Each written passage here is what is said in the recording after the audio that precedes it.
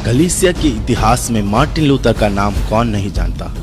जिस जर्मनी ने हिटलर जैसे क्रूर व्यक्ति को पैदा किया, उसी ने जॉर्ज मुलर और मार्टिन लूथर जैसे विश्वास के योद्धाओं को भी उत्पन्न किया।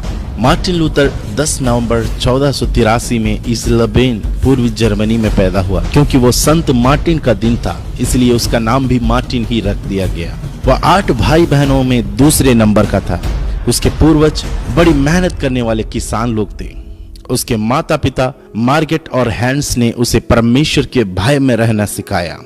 मार्टिन लूथर को मसीही के नाम से ही डर लगता था, क्योंकि उसे मसीह एक कठोर व क्रोधी न्याय के रूप में बताया गया था। वह एक शर्मीला लड़का था। मार्टिन लूथर 6 वर्ष की उम्र में पढ़ने गया।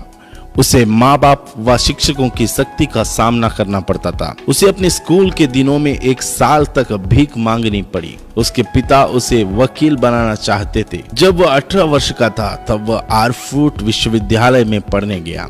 क्योंकि वह बहुत बातें करता था, इसलिए वहां उसका नाम फिलोसोफर दार्शनिक पड़ गया।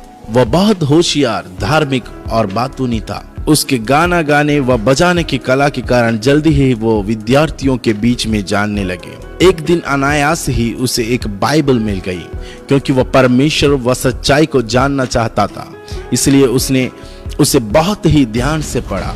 1505 में जब वह कानून का अध्ययन कर रहा था, तो 2 जुलाई को जब वह अपने माँ बाप से मैन्सफील्ड में मिलकर हार्वर्ड को लौट रहा था, तब एक आंधी में गिर गया। बिजली उसके इतनी नजदीक चमकी कि उसने सोचा कि अब वह मर ही जाएगा। संकट के कारण उसने संत अन्नी को सहायता के लिए आवाज दी और यह प्रण किया कि यदि वह उसकी सहायता करे तो वह भिक्षु बन जाएगा। पहले भी वह खतरों से गुजर चुका था, जैसे बचपन की गंभीर बीमारी, एक मित्र की आकस्मिक मृत्यु व विद्यार्थियों से लड़ाई के दौरान तलवार की चोट। 16 जुलाई 1505 में लूथर अगस्टिन आश्रम में भर्ती हो गया। इस समय उसके दोस्त 2 दिन तक दरवाजे पर उसकी राह देखने रहे, पर लूथर नहीं लौटा। अप्रैल 1507 में वह पादरी बन गया। मई में जब उसे पहला मास दिया गया, तो उसे एक बाइबल भी मिली। इसी समय उसके पिताजी उससे मिलने आए और कहा, क्या बाइबल में नहीं लिखा कि तू अपने माता पिता का आदर करना?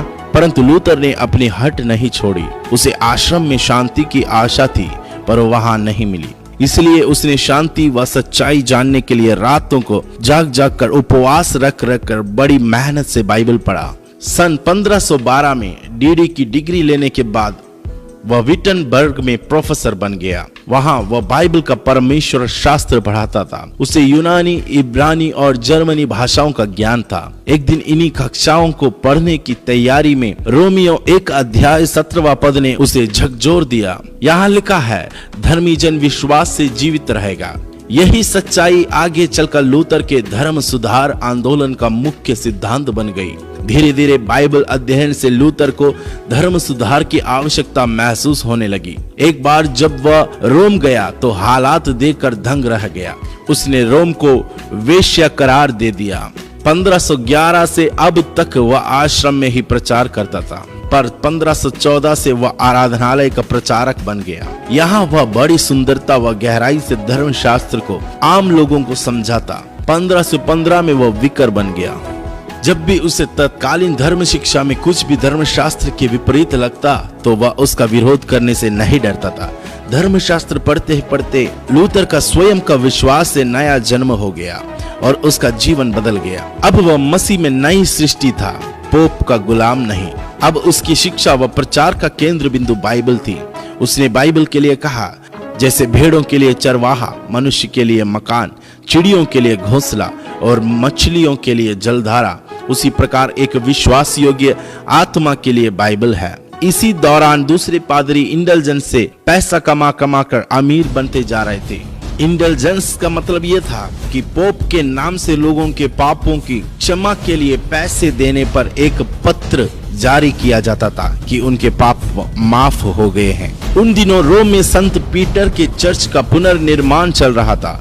उसके लिए बहुत ही धक्कड़ इंडल्जेंस दी जा रही थी। लूथर ने इसका कड़ा विरोध किया। इंडल्जेंस के पैसे जमा करने वाले दलाल लोगों से यूं कहा करते थे, जैसे डिब्बे में आपके पैसे खन बोलते हैं, वैसे ही विश्राम स्थल में आत्माएं स्वर्ग में चली जाती है। लूथर जानता था कि लोग विश्वास से धर्मी ठहरते हैं, ना कि पैसे देने से।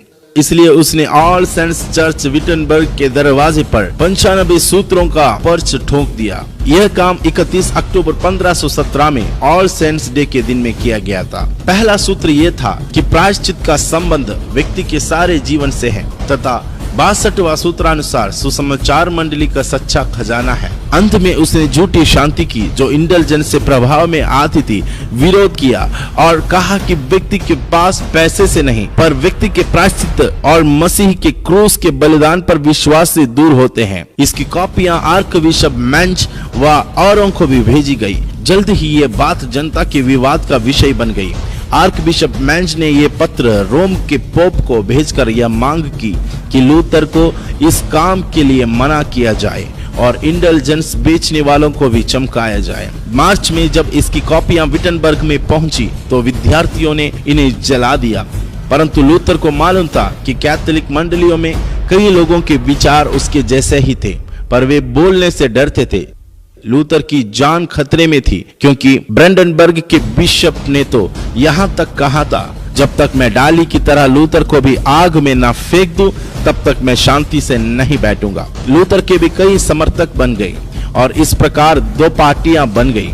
लूथर ने कहा, जो होना है सो हो, पर मैं रोम से संधि नहीं करूंगा। उसकी इन 3 किताबों ने तो क्रांति ला दी। An address to the nobility of German nation, on the Babylonian captivity of Church of God, on the liberty of Christ and man। उसने एक और किताब लिखी, Against the Bull of Antichrist। Bull का अर्थ है पोप की आज्ञा। इसमें उसने पोप को ख्रिस्ट विरोधी बताया था। पहले तो पोप ने सोचा ये किसी शराबी की शरारत है, पर सच्चाई मालूम पड़ने पर उसने लूथर को डाइट अर्थात राज्य परिषद के सामने उपस्थित होने को कहा। 60 दिन का समय दिया गया था। इस पर लूथर के दोस्तों ने उसे जाने से रोका, पर उसने कहा, मैं नहीं भागूंगा।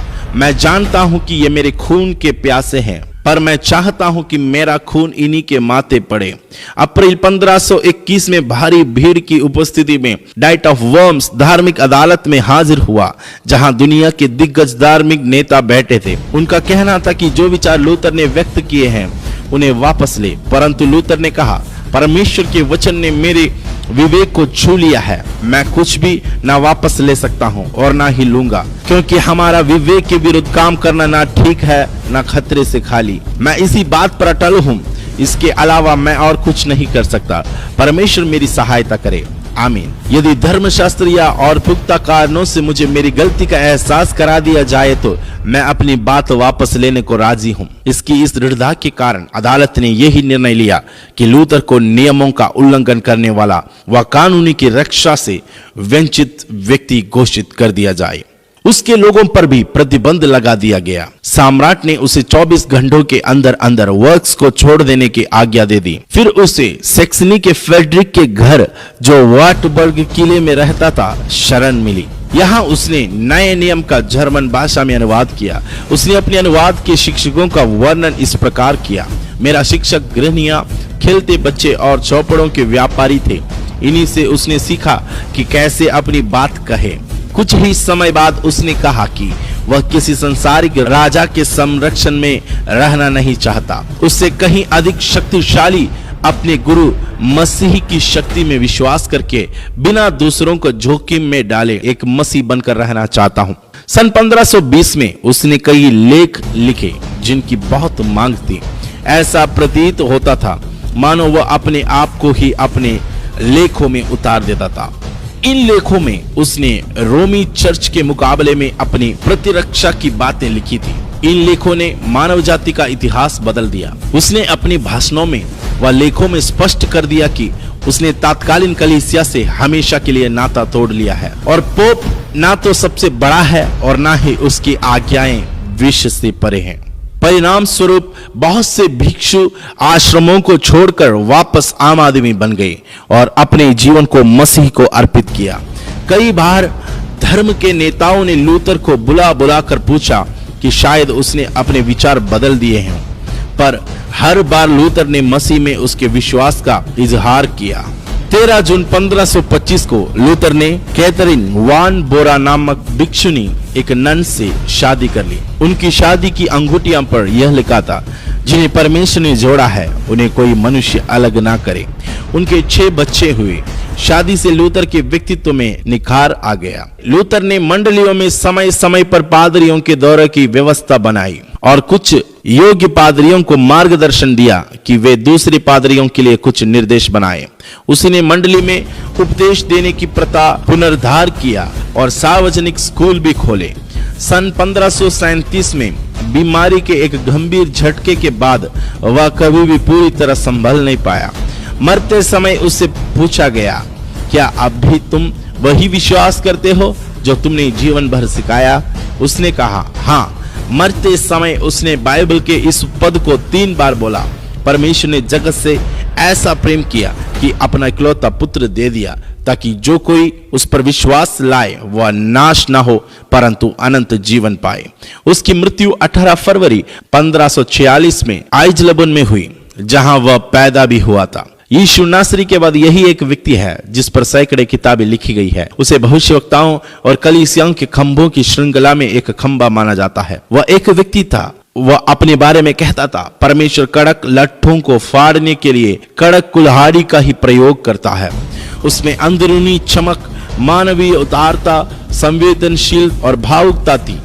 वह फूलों और जानवरों से प्रेम करता था, परंतु विरोधियों की फटकार में उसकी भाषा में कुछ हिंसा का रेश था। वह जन्मजात वक्ता और ना थकने वाला लेखक था। वास्तव में उसका व्यक्तित्व उत्कृष्ट था। उसने 37 गीत भी लिखे।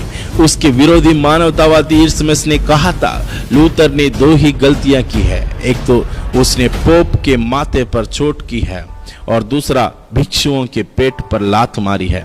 उसकी मौत के समय उसके पलंग के पास की दीवार पर मरते मरते उसने ये लिखा था, हे पोप, जब तक मैं जिंदा था तो तेरा नाजुर था, पर जब मैं मरूंगा तो तेरी मौत होऊंगा।